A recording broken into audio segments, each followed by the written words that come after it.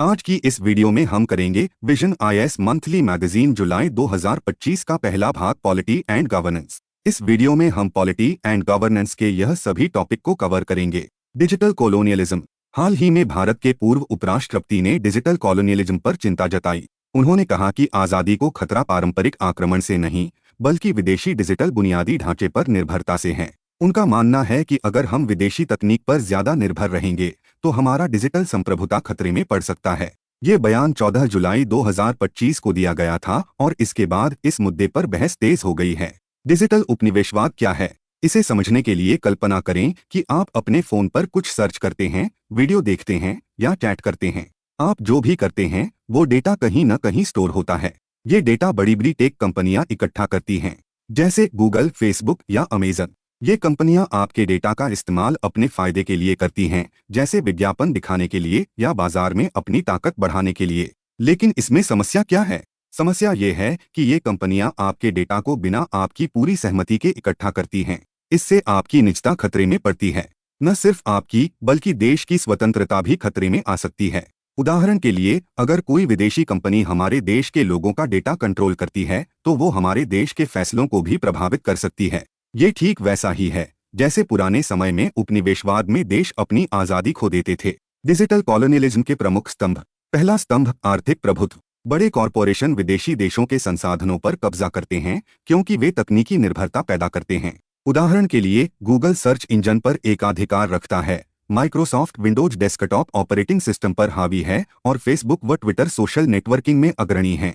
इससे छोटे देशों की अर्थव्यवस्था इन कंपनियों पर निर्भर हो जाती है। दूसरा स्तंभ, वास्तुकला पर साम्राज्यिक नियंत्रण।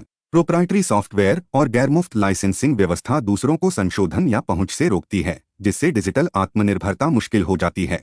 उदाहरण के लिए, एप्पल और गूगल के ऐप स्टोर पॉलिसी एक तरफा फैसले लेते हैं कि कौन से ऐप्स और फीचर्स अनुमति पाएंगे, जिससे अन्य देशों का नियंत्रण सीमित हो जाता है। तीसरा स्तंभ, वैश्विक सर्विलांस पूंजीवाद। उन्नत डेटा साइंस और मशीन लर्निंग से कंपनियां यूजर्स के व्यवहार को ट्रैक करती हैं और व्यापारिक फैसले लेती हैं। उदाहरण के लिए, फेसबुक ने तीसरे पक्ष जैसे कैम्ब्रिज एनालिटिका को बड़े पैमाने पर डेटा देने की इजाजत दी, जिससे चुनावों पर प्रभाव पड़ा, जैसे 2016 के अमेरिकी चुनाव। चौथा स्तंभ, तकनीकी वर्चस्व। कुछ बड़ी टेक कंपनियां यह तय करती हैं कि तकनीक कैसे बढ़ेगी और उसका आर्थिक असर क्या होगा। उदाहरण के लिए, अमेजन, माइक्रोसॉफ्ट और गूगल क्लाउड दुनिया के ज्यादातर क्लाउड सर्विसेज को नियंत्रित करते हैं, जिससे डेटा स्टोरेज, प्रोसेसिंग और एनालिटिक्स पर उनकी अनूठी शक्ति हो गई है। पांचवां स्तंभ, सांस्कृतिक साम्राज्यवाद। कुछ कंपनियों की तकनीक की एकरूपता और श्रेष्ठता दूसरों की मूल्यों, भाषा और संस्कृति पर हावी होती है। उदाहरण के लिए, सोशल प्लेटफॉर्म्स पर कंटेंट क्यूरेशन और एल्गोरिदमिक बायस ऐसी सामग्री को प्राथमिकता देते हैं जो हावी संस्कृति से मेल खाती हो। छठा स्तंभ, उदारता का वादा। डिजिटल तकनीकों को स्पष्ट रूप से अच्छा बताया जाता है, कनेक्टिविटी को प्रगति और मानवाधिकारों से जोड़ा जाता है। उदाहरण के लिए, फेसबुक का फ्री बेसिक्स अफ्रीका में दान के रूप में पेश किया गया, लेकिन इसे आलोचना मिली कि ये बाजार हिस्सेदारी बढ़ाने और यूजर डेटा हासिल करने का जरिया था। डिजिटल उपनिवेशवाद की प्रमुख समस्याएं। पहली समस्या है उत्तर दक्षिण असमानता। ज्यादातर बड़ी टेक कंपनियां विकसित देशों में हैं और वो डेटा से पैसे कमाती हैं। इससे अमीर और गरीब देशों के बीच डिजिटल अंतर बढ़ता जा रहा है। दूसरी समस्या है राष्ट्रीय सुरक्षा। अगर हमारे पास अपनी डिजिटल तकनीक नहीं है तो महत्वपूर्ण क्षेत्र जैसे बैंकिंग या सुरक्षा विदेशी हस्तक्षेप के लिए कमजोर हो जाते हैं। तीसरी समस्या है निजता और डिजिटल अधिकार। विदेशी प्लेटफॉर्म पर निर्भरता से आपकी गोपनीयता खतरे में पड़ती है। साथ ही सरकारें भी इनके जरिए निगरानी कर सकती हैं।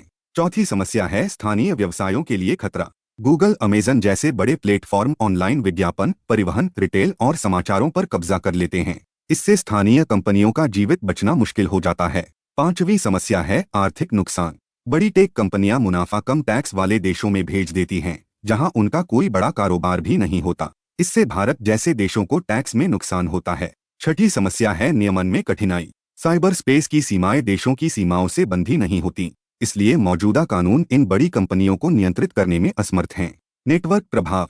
एक बार जब प्लेटफॉर्म महत्वपूर्ण संख्या तक पहुंच जाता है तो तेजी से होने वाली वृद्धि उपयोगकर्ताओं को बांध लेती है, जिससे स्थानीय प्रतिस्पर्धा बाधित होती है। अलग अलग देश डिजिटल उपनिवेशवाद से निपटने के लिए क्या कदम उठा रहे हैं? सबसे पहले भारत ने क्या किया? पहला कदम है digital personal data protection act 2023। ये कानून आपके डेटा की सुरक्षा और प्रोसेसिंग के लिए बनाया गया है। ये भारत में सामान या सेवाएं देने वाली विदेशी कंपनियों पर भी लागू होता है। दूसरा है कॉम्पिटिशन एक्ट 2002, जो अनुचित व्यापारिक प्रथाओं को रोकता है, उपभोक्ताओं की रक्षा करता है और मुक्त व्यापार को बढ़ावा देता है। भारत ने वैश्विक मंचों जैसे G20, ब्रिक्स और WTO में डेटा लोकलाइजेशन और डिजिटल संप्रभुता के लिए जोरदार वकालत की है। उदाहरण के लिए, भारत की G20 अध्यक्षता में डिजिटल पब्लिक इंफ्रास्ट्रक्चर को बढ़ाने के लिए एक टास्क फोर्स बनाई गई। अन्य प्रयासों में ONDC शामिल है, जो ई कॉमर्स मोनोपोली का विकल्प है, और इंडिया स्टैक, जो भारत का अपना डिजिटल ढांचा है। अब दूसरे देशों की बात करें। यूरोपीय संघ ने data act, data governance act, AI act और जनरल डेटा प्रोटेक्शन रूल्स बनाए ताकि नागरिकों के डेटा अधिकार सुरक्षित हों और डिजिटल स्वायत्तता बढ़े। चीन ने डिजिटल सिल्क रोड शुरू किया, जो बेल्ट एंड रोड पहल का हिस्सा है। इसका लक्ष्य टेलीकम्युनिकेशन, AI, क्लाउड कंप्यूटिंग और निगरानी तकनीकों में उभरते बाजारों के साथ संबंध बनाना है। रूस ने 2019 में सोवरेन इंटरनेट लॉ बनाया, जिससे इंटरनेट पर केंद्रीकृत सरकारी नियंत्रण स्थापित हुआ। अब भविष्य के लिए रास्ता क्या है? पहला, डिजिटल संप्रभुता। देशों को अपने डिजिटल संसाधनों जैसे डेटा, ढांचा और आपूर्ति श्रृंखला पर पूरा नियंत्रण रखना होगा। दूसरा, डेटा लोकलाइजेशन। डेटा को देश की सीमाओं और कानूनी दायरे में ही स्टोर, ट्रांसफर और प्रोसेस करना चाहिए। तीसरा, व्यापक गवर्नेंस ढांचा।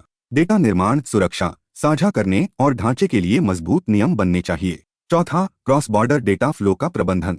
देशों को विकास, जनहित और वैश्विक तकनीकी एकीकरण के बीच संतुलन बनाना होगा। पांचवा, डेटा लाइफ साइकिल में सुधार। डेटा के निर्माण से लेकर नष्ट करने या पुनः उपयोग तक इसका बेहतर प्रबंधन जरूरी है।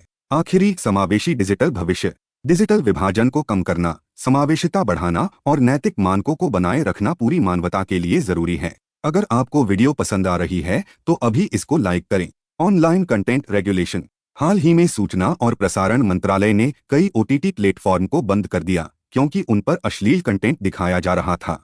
ये कार्रवाई सूचना प्रौद्योगिकी अधिनियम 2000 और डिजिटल मीडिया नैतिकता नियम 2021 के तहत की गई। सुप्रीम कोर्ट ने 1965 में रणजीत दी उदेशी बनाम महाराष्ट्र सरकार मामले में कहा था कि अश्लीलता अभिव्यक्ति की स्वतंत्रता पर एक उचित प्रतिबंध है। अब ऑनलाइन कंटेंट नियमन क्यों जरूरी है? पहला, समाज पर इसका प्रभाव। भारत में 95 करोड़ से ज्यादा लोग इंटरनेट का इस्तेमाल करते हैं। अनियंत्रित कंटेंट समाज के हर वर्ग को प्रभावित कर सकता है। दूसरा, हिंसा को रोकना। एक 2010 की स्टडी में पाया गया कि 90% अश्लील वीडियो में शारीरिक हिंसा दिखाई जाती है। तीसरा, कमजोर वर्गों की सुरक्षा। छोटी उम्र में अश्लील कंटेंट देखने से बच्चों का स्वस्थ रिश्तों और यौनिकता के बारे में गलत समझ बनती है। ऐसा कंटेंट अक्सर महिलाओं को वस्तु की तरह दिखाता है, जिससे लैंगिक असमानता और हिंसा को बढ़ावा मिलता है। ऑनलाइन नफरत भरे भाषण सामाजिक विभाजन को बढ़ाते हैं और अल्पसंख्यकों को खतरे में डालते हैं।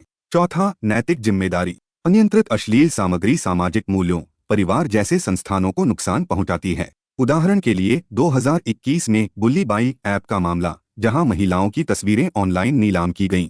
JS मिल के हानि सिद्धांत के अनुसार, अगर कोई स्वतंत्रता दूसरों को नुकसान पहुंचाती है तो उसे सीमित किया जा सकता है। कांट के नैतिक सिद्धांत कहते हैं कि इंसानों को साधन के रूप में इस्तेमाल नहीं करना चाहिए। भारतीय नीति फाउंडेशन के अनुसार, कम आय और कम डिजिटल साक्षरता वाले लोग अश्लील कंटेंट के प्रति ज्यादा संवेदनशील हैं। भारत में अश्लील कंटेंट को नियंत्रित करने के लिए कौन से कानून हैं? पहला है सूचना प्रौद्योगिकी अधिनियम 2000, धारा 67 और 67 है। इलेक्ट्रॉनिक रूप में अश्लील सामग्री के प्रकाशन और प्रसारण से निपटती हैं। धारा 69A, सरकार को विशिष्ट कारणों से जानकारी तक सार्वजनिक पहुंच को ब्लॉक करने का अधिकार देती है। धारा 79, OTT प्लेटफॉर्म जैसे मध्यस्थों को तीसरे पक्ष के कंटेंट के लिए सुरक्षित बंदरगाह सुरक्षा देती है। लेकिन अगर सरकार की सूचना के बाद वे गैरकानूनी कंटेंट नहीं हटाते तो ये सुरक्षा खत्म हो सकती है। दूसरा, IT नियम 2021, इलेक्ट्रॉनिक्स और सूचना प्रौद्योगिकी मंत्रालय ने बनाए, जो डिजिटल न्यूज और OTT प्लेटफॉर्म को सूचना और प्रसारण मंत्रालय के दायरे में लाते हैं। तीसरा, भारतीय न्याय संहिता 2023 की धारा 294 अश्लीलता को परिभाषित करती है और इलेक्ट्रॉनिक सामग्री सहित ऐसी सामग्री के प्रसार को अपराध मानती है। चौथा, पोक्सो एक्ट, बच्चों से संबंधित अश्लील सामग्री की बिक्री और वितरण को अवैध बनाता है। पांचवा, महिलाओं का अश्लील चित्रण अधिनियम 1986, महिलाओं के अश्लील चित्रण वाली सामग्री के प्रकाशन और वितरण पर रोक लगाता है। अब कंटेंट नियमन में क्या चुनौतियां हैं? पहली है नियामक चुनौतियां। मंत्रालयों के बीच टकराव। IT नियम बनाने वाला मंत्रालय और कंटेंट देखने वाला मंत्रालय अलग अलग हैं, जिससे समन्वय में दिक्कत होती है। अश्लीलता की परिभाषा में अस्पष्टता, इसे अलग अलग तरीके से समझा जा सकता है, जिससे सरकार के फैसले मनमाने हो सकते हैं। दूसरी है तकनीकी चुनौतियां। एंड टू एंड एन्क्रिप्शन और गोपनीयता सुविधाएं अवैध कंटेंट को बिना जांच के फैलने देती हैं। सोशल मीडिया के एल्गोरिदम उपयोगकर्ताओं को अनुचित कंटेंट की ओर ले जाते हैं। जैसे एक बार गलती से ऐसा कंटेंट देख लिया तो और सुझाव मिलते हैं। वीपीएन का उपयोग। लोग वीपीएन से प्रतिबंधित वेबसाइट्स तक पहुंच सकते हैं। तीसरी चुनौती है रचनात्मक स्वतंत्रता। सख्त नियम अभिव्यक्ति की स्वतंत्रता, जो संविधान के अनुच्छेद 19 में दी गई है, को सीमित कर सकते हैं। उदाहरण के लिए समलैंगिकता पर आधारित फिल्म फायर पर प्रतिबंध। आगे का रास्ता क्या है? पहला, सभी पक्षों से बातचीत। डिजिटल प्लेटफॉर्म, कंटेंट क्रिएटर्स और समाज के साथ मिलकर अभिव्यक्ति की स्वतंत्रता और सामाजिक संवेदनशीलता में संतुलन बनाना चाहिए। दूसरा, तकनीक का उपयोग। ओटीटी प्लेटफॉर्म ऑटोमेटेड गाली फिल्टर, यूजर रिपोर्ट आधारित स्कैनर और एआई से कंटेंट विश्लेषण कर सकते हैं। तीसरा, स्वनियमन को मजबूत करना। उद्योग द्वारा स्वनियामक संस्थाएं बनाकर कंटेंट मानक लागू किए जा सकते हैं ताकि सरकार का सीधा हस्तक्षेप कम हो। चौथा, बेहतर प्रथाओं से सीखना। यूरोपीय संघ का audio visual media services directive digital platform पर पारंपरिक प्रसारण मानकों को लागू करता है और जीडीपीआर के जरिए गोपनीयता की रक्षा करता है। इस मैगजीन का 8वां भाग कल्चर की वीडियो आप हमारे चैनल पर देख सकते हैं। National cooperative policy 2025। हाल ही में केंद्रीय सहकारिता मंत्री ने नेशनल कोऑपरेटिव पॉलिसी 2025 का अनावरण किया। ये सहकारी क्षेत्र के लिए दूसरी नीति है, पहली 2002 में आई थी। इस नीति की मुख्य विशेषताएं क्या हैं? पहला, इसका विजन है सहकार से समृद्धि के जरिए विकसित भारत 2047 को साकार करना। सहकारी संस्थाएं इसमें बड़ी भूमिका निभाएंगी। दूसरा, इसका लक्ष्य है 50 करोड़ नागरिकों को जो अभी सहकारी क्षेत्र में सक्रिय नहीं हैं, उन्हें सक्रिय भागीदार बनाना। तीसरा, नीति 6 रणनीतिक मिशन आधारों पर काम करेगी। अन्य प्रमुख विशेषताएं। कानूनी और संस्थागत सुधार। राज्यों को सहकारी कानूनों में बदलाव करने के लिए प्रोत्साहित करना ताकि पारदर्शिता, स्वायत्तता और कारोबार की सुगमता बढ़े। वित्तीय सशक्तिकरण। सहकारी संस्थाओं पर टैक्स कम करना और उन्हें कॉरपोरेट्स की तरह वित्तीय प्रोत्साहन देना। बिजनेस इकोसिस्टम विकास। हर राज्य में कम से कम एक मॉडल सहकारी गांव बनाना और भारत ब्रांड के तहत ब्रांडिंग को बढ़ावा देना। भविष्य की तैयारी और तकनीक। एक राष्ट्रीय कोऑपरेटिव स्टैक बनाना जो एग्री स्टैक और अन्य डेटाबेस के साथ जुड़े। नए क्षेत्र। सहकारी संस्थाओं को स्वच्छ ऊर्जा, कचरा प्रबंधन और तकनीक जैसे नए क्षेत्रों में बढ़ावा देना। समावेशिता। महिलाओं, युवाओं और अनुसूचित जाति जनजाति के लोगों की भागीदारी बढ़ाना। अन्य लक्ष्य 2034 तक सहकारी क्षेत्र का जीडीपी में योगदान 3 गुना करना और सहकारी संस्थाओं की संख्या 30% बढ़ाना। इस नीति को लागू करने के लिए सहकारिता मंत्रालय के तहत एक इम्प्लीमेंटेशन सेल बनाया गया है। इसकी निगरानी national steering committee on cooperation policy करेगी, जिसके अध्यक्ष केंद्रीय सहकारिता मंत्री होंगे। सहकारी समितियों की शुरुआत और परिभाषा। भारत में सहकारी समितियां 1904 के सहकारी ऋण समिति अधिनियम से शुरू हुई। सहकारी समिति एक स्वायत्त संगठन है जिसमें लोग स्वेच्छा से मिलकर अपने आर्थिक, सामाजिक और सांस्कृतिक लक्ष्यों को पूरा करने के लिए एक संयुक्त और लोकतांत्रिक तरीके से काम करते हैं। वर्तमान स्थिति। भारत में 8 लाख से ज्यादा सहकारी समितियां हैं। इनमें 2 लाख ऋण सहकारी समितियां और 6 लाख गैर ऋण समितियां हैं। 30 करोड़ से ज्यादा लोग इनसे जुड़े हैं। शीर्ष 3 क्षेत्र: आवास, डेयरी और प्राथमिक कृषि ऋण समितियां। संवैधानिक स्थिति। 97वां संशोधन 2011 ने सहकारी समितियों को संवैधानिक दर्जा दिया। अनुच्छेद 19 में सहकारी समितियों को मौलिक अधिकार के रूप में शामिल किया। अनुच्छेद 43 बी जोड़ा गया जो सहकारी समितियों को बढ़ावा देता है। भाग 9 बी में अनुच्छेद 243 ZH से 243 ZT तक जोड़े गए जो सहकारी शासन के लिए हैं। शासन संरचना। बहुराज्य सहकारी समितियां संविधान की केंद्रीय सूची में आती हैं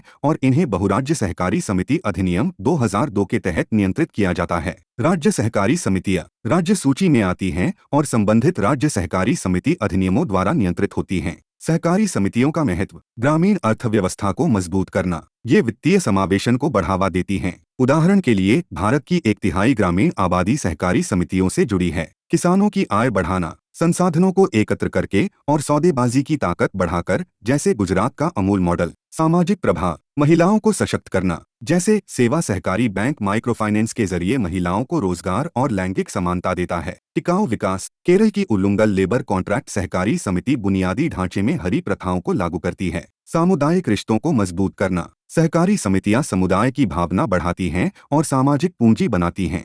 मूल्यों को स्थापित करना।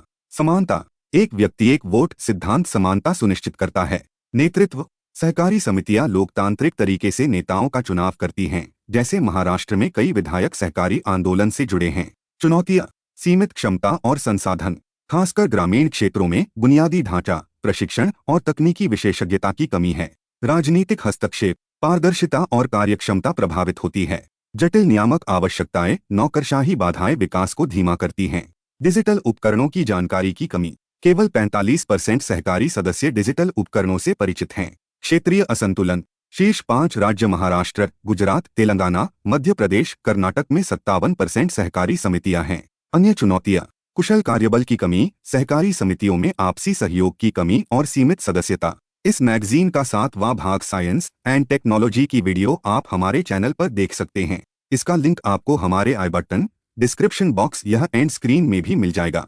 PRI फाइनेंसेस, हाल ही में ग्रामीण विकास और पंचायती राज पर स्थायी समिति ने पंचायती राज प्रणाली के तहत धन के हस्तांतरण पर एक रिपोर्ट पेश की। रिपोर्ट की मुख्य बातें, 73वें संवैधानिक संशोधन को 3 दशक बीत चुके हैं, लेकिन PRIs को अभी भी 3 प्रमुख क्षेत्रों कार्य, धन और कर्मचारी का पूरा हस्तांतरण नहीं हुआ है। रिपोर्ट में PRIs के सामने आने वाली वित्तीय समस्याओं पर ध्यान दिया गया है।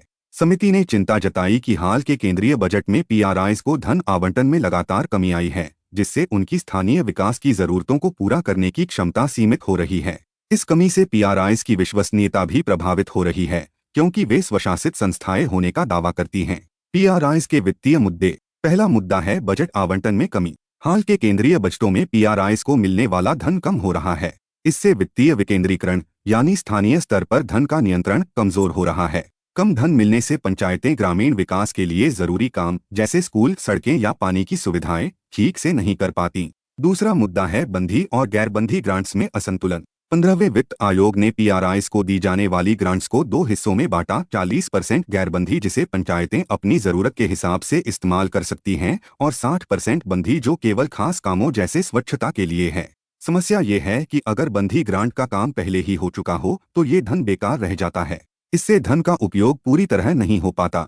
तीसरा मुद्दा है पंचायत चुनावों में देरी। कानूनी या प्रशासनिक कारणों से कई राज्यों में पंचायत चुनाव समय पर नहीं होते। उदाहरण के लिए तेलंगाना में OBC आरक्षण लागू करने के कारण चुनावों में देरी हुई। जब चुनाव नहीं होते तो चुने हुए प्रतिनिधि नहीं होते और बिना प्रतिनिधियों के धन का सही उपयोग करना मुश्किल हो जाता है। जिला योजना समिति की समस्याएं, DPC का गठन राज्यों द्वारा जिला स्तर पर पंचायतों और नगर पालिकाओं की योजनाओं को एकीकृत करने के लिए किया जाता है, लेकिन कई बार DPC ठीक से काम नहीं करती, जिससे योजनाएं बिखरी हुई रहती हैं और धन का उपयोग पूरी तरह नहीं हो पाता। राज्य वित्त आयोगों का अनियमित गठन। संविधान के अनुसार राज्यों को नियमित रूप से SFC बनाना चाहिए, लेकिन केवल 9 राज्यों ने 6ठा SFC गठित किया है। इससे PRIs को धन का हस्तांतरण देरी से होता है, जिससे उनके काम में रुकावट आती है। ग्राम पंचायत विकास योजना को ई-ग्राम स्वराज पोर्टल पर अपलोड करने में कमी। कई पंचायतें अपनी विकास योजनाओं को ई-ग्राम स्वराज पोर्टल पर अपलोड नहीं करती। इससे 15वें वित्त आयोग की ग्रांट्स का वितरण प्रभावित होता है, क्योंकि ये योजनाएं धन जारी करने की शर्त होती हैं। स्वयं की आय में कमी।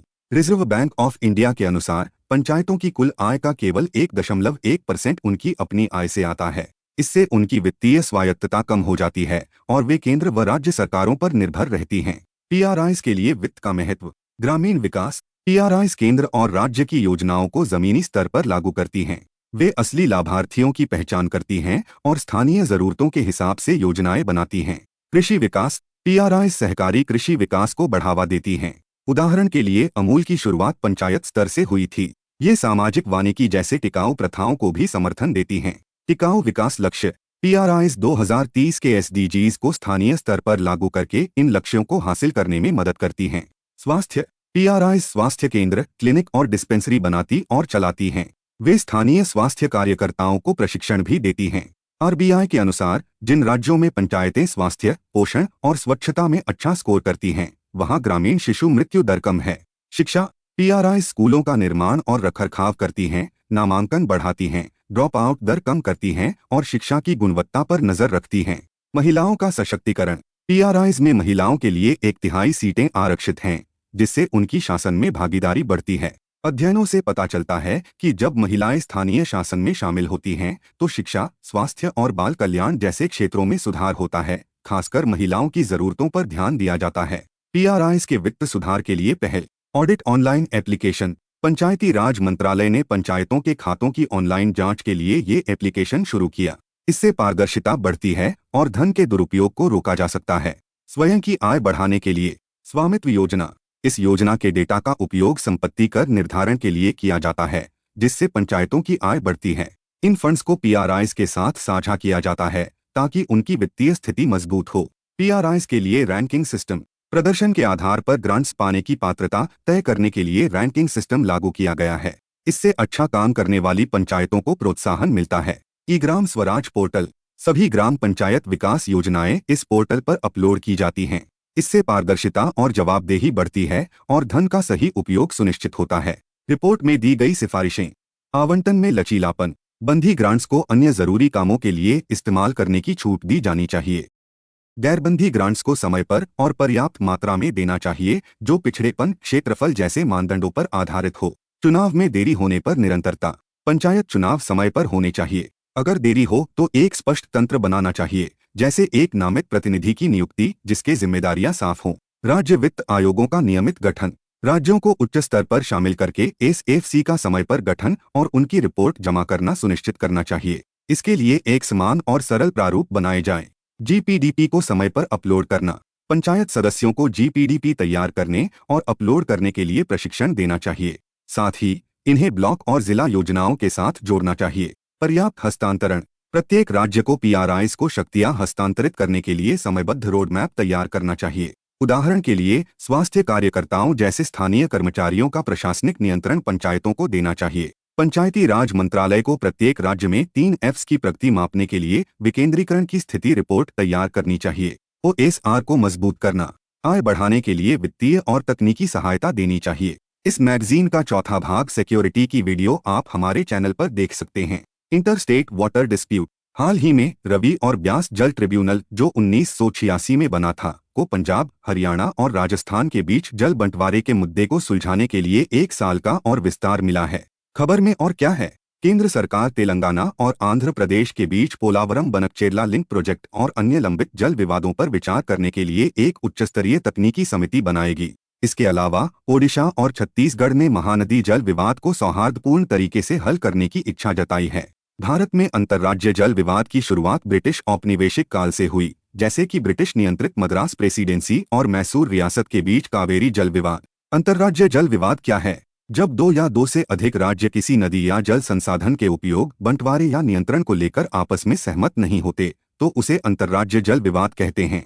भारत में पानी का असमान वितरण और 18% आबादी के पास केवल 4% नवीकरणीय जल संसाधन होने के कारण ये विवाद आम हैं। अंतर्राज्य जल विवाद के कारण। नदी जल संसाधनों तक असमान पहुंच। भौगोलिक कारण। जब नदियां एक राज्य से दूसरे राज्य में बहती हैं, तो ऊपरी क्षेत्र के राज्य को पानी का अधिक नियंत्रण मिलता है। उदाहरण के लिए पंजाब को रवि ब्यास नदियों पर हरियाणा की तुलना में अधिक फायदा है। राज्य पुनर्गठन। स्वतंत्रता के बाद राज्यों की सीमाओं का पुनर्गठन हुआ, लेकिन नदी बेसिन के आधार पर सीमाओं पर कम ध्यान दिया गया।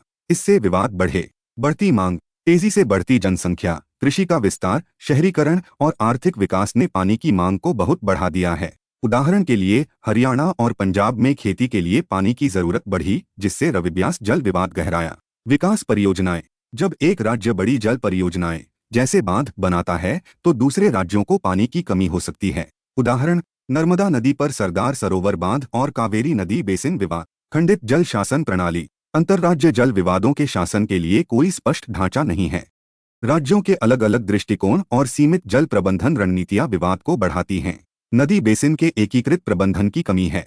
उचित डेटा की कमी। नदी के पानी के प्रवाह, मात्रा आदि से संबंधित डेटा संग्रहण में एकरूपता नहीं है। इससे राज्यों के बीच पानी के बंटवारे पर सहमति बनाना मुश्किल हो जाता है। कानूनी और संवैधानिक ढांचा। अनुच्छेद 262। यह अंतर्राज्य जल विवादों के समाधान के लिए प्रावधान करता है। अनुच्छेद 262। संसद कानून बनाकर अंतर्राज्य जल विवादों के समाधान का प्रावधान कर सकती है। अनुच्छेद 262। संसद यह भी तय कर सकती है कि सुप्रीम कोर्ट या कोई अन्य कोर्ट इन विवादों में हस्तक्षेप न करे। संसद द्वारा बनाए गए कानून। रिवर बोर्ड्स एक्ट 1956 केंद्र सरकार को राज्यों के परामर्श से अंतर्राज्य नदियों और नदी घाटियों के नियमन के लिए रिवर बोर्ड बनाने का अधिकार देता है। अंतर्राज्य नदी जल विवाद अधिनियम 1956। अगर कोई राज्य अनुरोध करता है, तो केंद्र सरकार विवाद के समाधान के लिए ट्रिब्यूनल बना सकती है। 7वीं अनुसूची। केंद्र सूची का प्रविष्टि 56। अंतर्राज्य नदियों का नियमन और विकास। राज्य सूची का प्रविष्टि 17। पानी जैसे जल आपूर्ति, सिंचाई, नहरें, जल निकासी, तटबंध, जल भंडारण और जल शक्ति, लेकिन केंद्र सूची के प्रविष्टि 56 के अधीन। विवाद समाधान में चुनौतियां, देरी, ट्रिब्यूनल गठन में देरी। उदाहरण के लिए कावेरी ट्रिब्यूनल 1990 में दशकों के इंतजार के बाद बना। ट्रिब्यूनल के फैसले में देरी, जैसे नर्मदा 9 साल, कृष्णा 4 साल, गोदावरी 10 साल। फैसले की अधिसूचना और लागू करने में देरी, ट्रिब्यूनल के आदेश को सरकारी गजट में प्रकाशित करने में देरी, जैसे कृष्णा 3 साल, गोदावरी 1 साल, जिससे लागू करने में अनिश्चितता रहती है।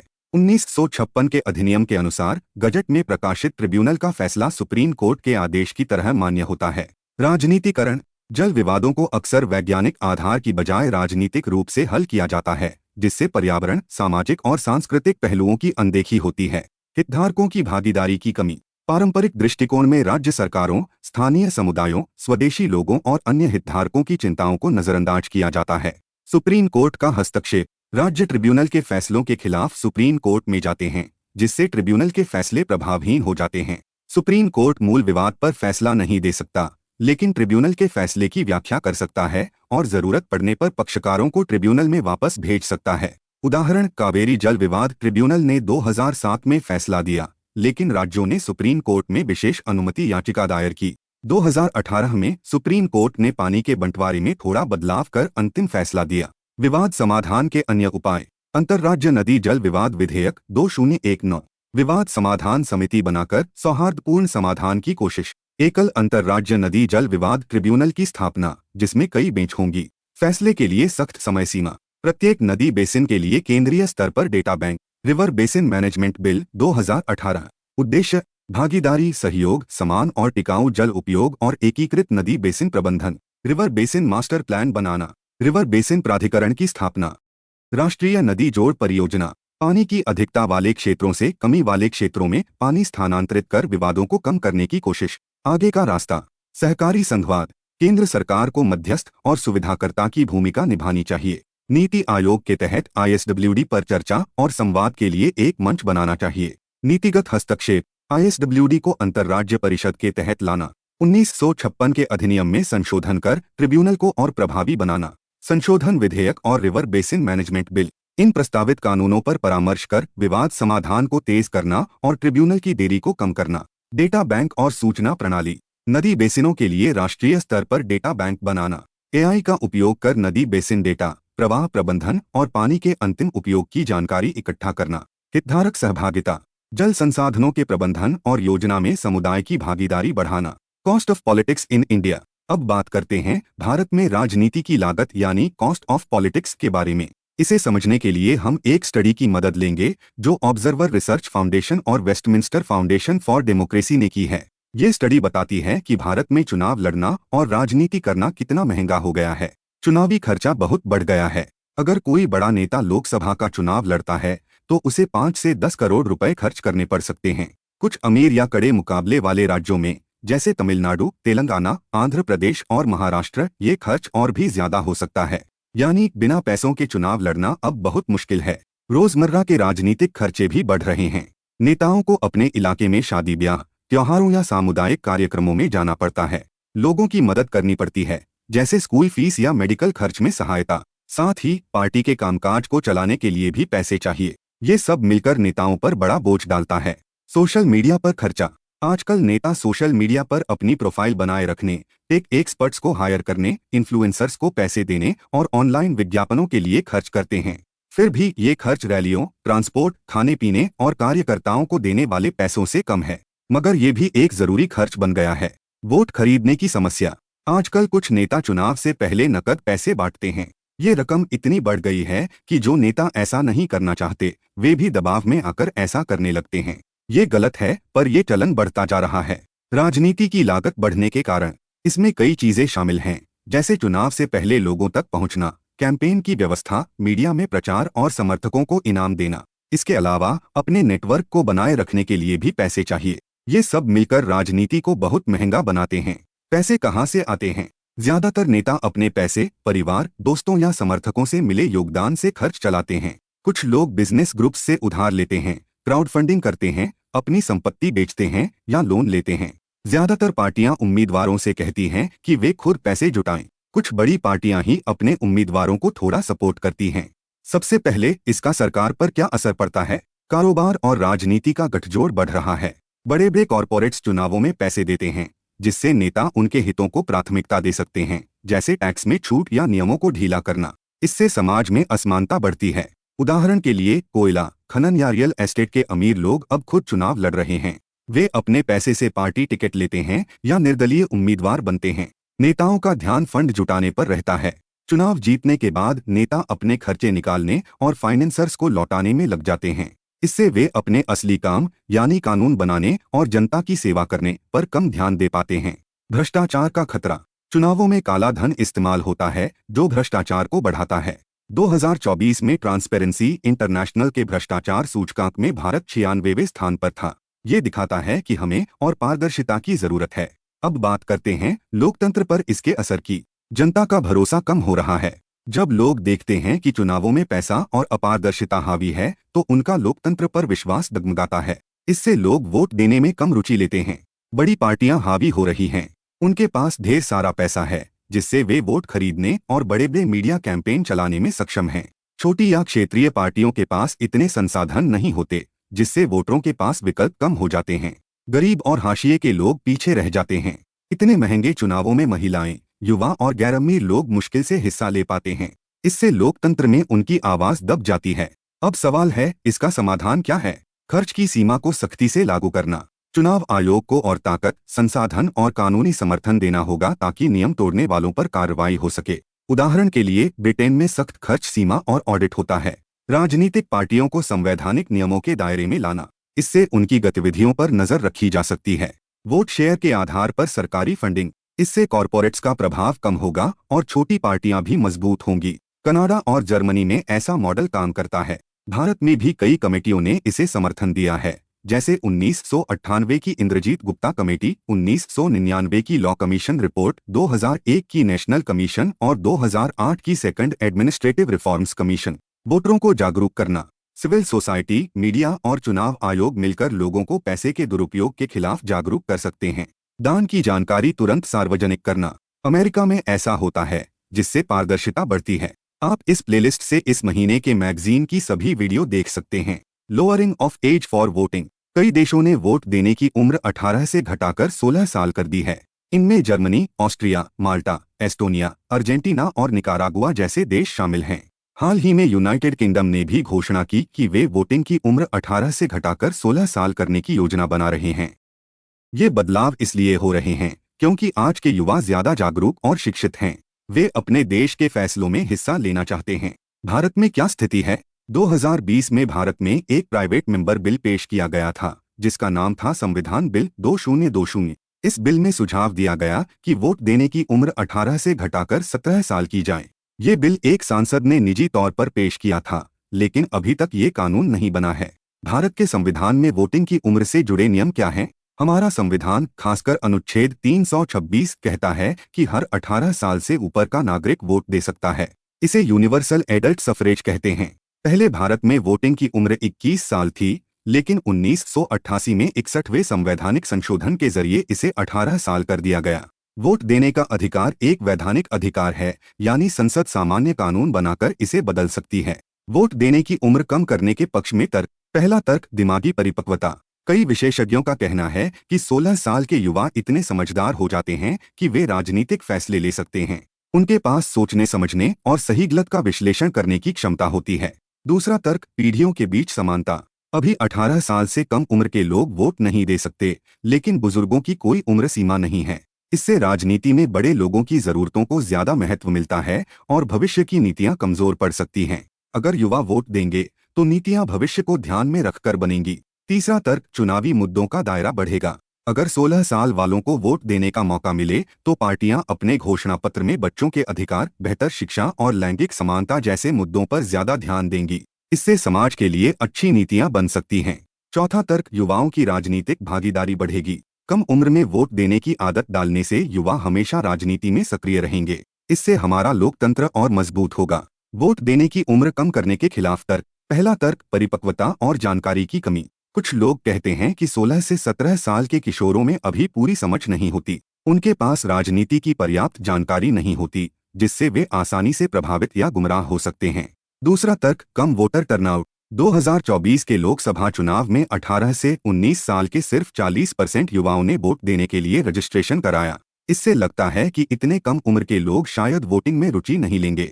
तीसरा तर्क, अन्य कानूनी उम्र सीमाओं के साथ असंगति। अगर वोटिंग की उम्र कम की गई तो लोग शादी, शराब खरीदने, सेना में भर्ती या चुनाव लड़ने की उम्र भी कम करने की मांग कर सकते हैं। इससे कानूनी जटिलताएं बढ़ सकती हैं। चौथा तर्क, व्यवस्थागत चुनौतियां।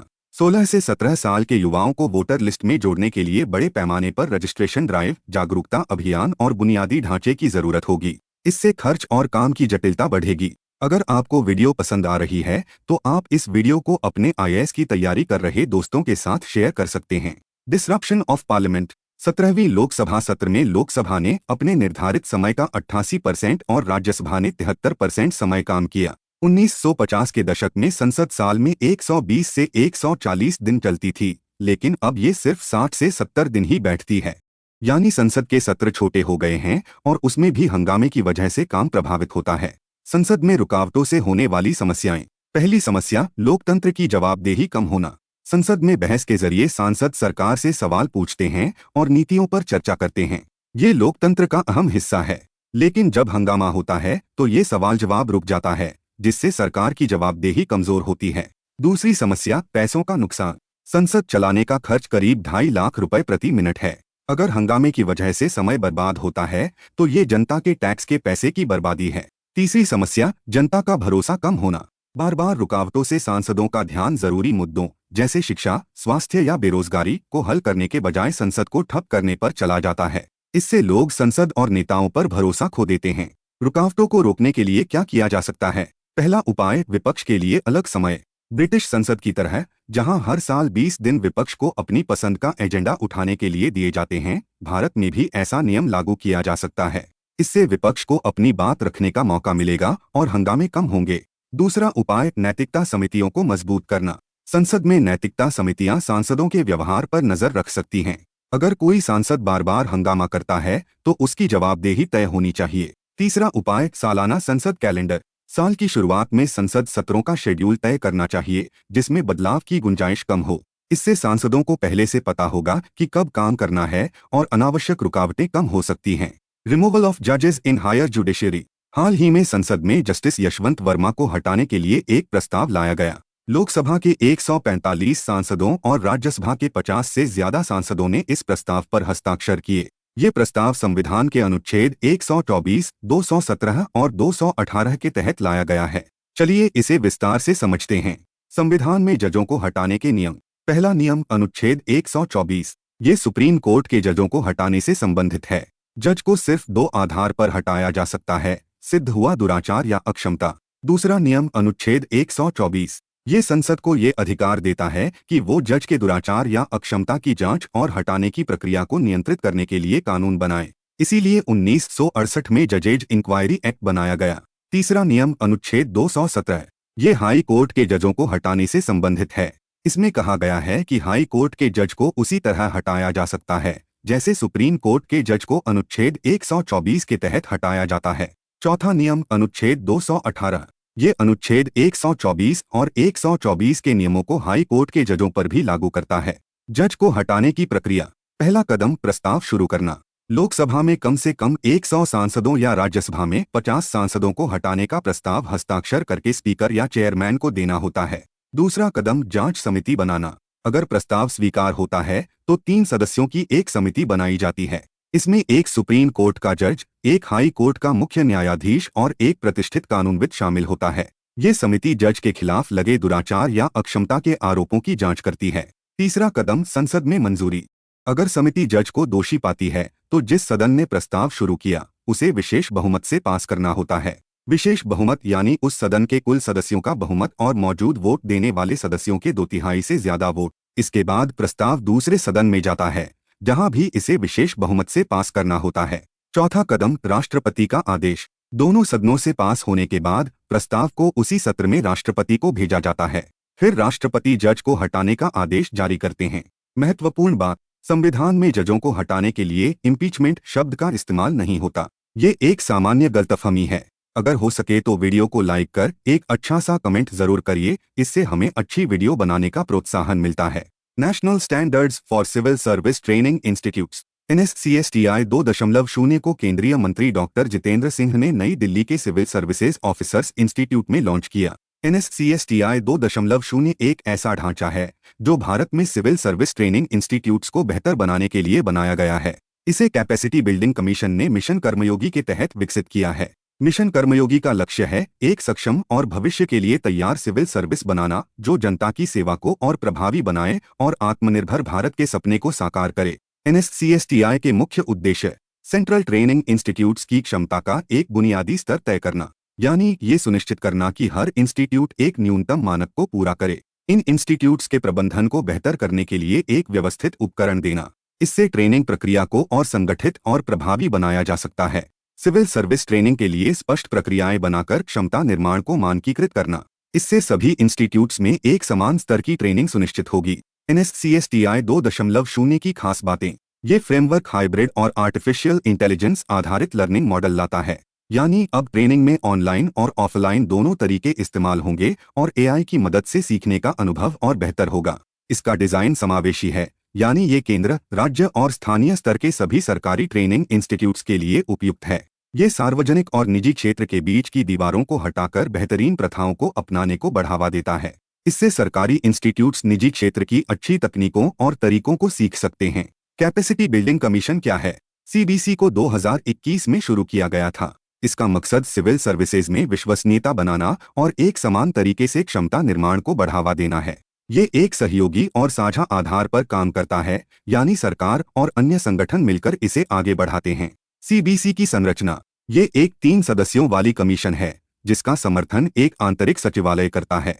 सचिवालय का नेतृत्व एक सचिव करता है। कमीशन के सदस्य अलग अलग पृष्ठभूमि से हैं, जैसे private sector, academia, public sector और सिविल सोसाइटी। ये स्वतंत्र शरीर है और इसमें पूरी कार्यकारी शक्ति है, यानी यह अपने फैसले खुद ले सकता है। CBC के मुख्य कार्य। सालाना सिविल सर्विसेज रिपोर्ट तैयार करना। ये रिपोर्ट बताती है कि सिविल सर्विसेज कितनी अच्छी तरह काम कर रही हैं। ट्रेनिंग संस्थानों पर निगरानी और साझा लर्निंग संसाधन बनाना, यानी ट्रेनिंग सेंटरों को बेहतर करना और सभी के लिए उपयोगी सामग्री तैयार करना। मंत्रालयों और विभागों के लिए सालाना क्षमता निर्माण योजना बनाना। इससे हर विभाग को अपनी ट्रेनिंग की योजना तैयार करने में मदद मिलेगी। अलग अलग विभागों के बीच तालमेल बनाना। इससे सभी एक दूसरे से अलग काम करने की बजाय एक साथ मिलकर बेहतर परिणाम दे सकें। कार्मिक HR से जुड़े क्षेत्रों में नीति सुझाव देना। ये सुझाव department of personal and training को दिए जाते हैं ताकि सिविल सर्विसेज में सुधार हो सके। बिल्स ऑफ लेडिंग बिल 2025 के मानसून सत्र के पहले दिन बिल्स ऑफ लेडिंग बिल 2025 को पास किया गया, जो भारत की अर्थव्यवस्था को गति देने के प्रयास का हिस्सा है। ये बिल भारत में शिपिंग दस्तावेजों के लिए कानूनी ढांचे को अपडेट और सरल बनाने के लिए लाया गया है। इसे 21 जुलाई 2025 को राज्यसभा ने पास किया, जबकि लोकसभा ने मार्च 2025 में इसकी मंजूरी दे दी थी। इस बिल की खास बातें। ये पुराने भारतीय बिल्स ऑफ लेडिंग एक्ट 1856 को बदल देगा। वो कानून बहुत पुराना हो गया था और आज के समय के हिसाब से काम नहीं करता था। बिल ऑफ लेडिंग क्या है? ये एक दस्तावेज होता है जो मालवाहक शिपर को देता है। इसमें माल का प्रकार, मात्रा, हालत और गंतव्य जैसी जानकारी होती है। ये दस्तावेज शिपिंग के दौरान माल की सुरक्षा और पारदर्शिता सुनिश्चित करता है। मकसद क्या है? इस बिल का मकसद शिपिंग प्रक्रिया को आसान बनाना और व्यापार को बढ़ावा देना है। इससे भारत का शिपिंग सेक्टर, जो पहले से तेजी से बढ़ रहा है, और मजबूत होगा। आप इस वीडियो के डिस्क्रिप्शन बॉक्स या फिर इस एंड स्क्रीन से इसी मैगजीन के और पार्ट्स को भी देख सकते हैं। अगर आपको यह वीडियो पसंद आई तो इस वीडियो को लाइक, शेयर और चैनल नो नेम IAS को सब्सक्राइब करना ना भूले।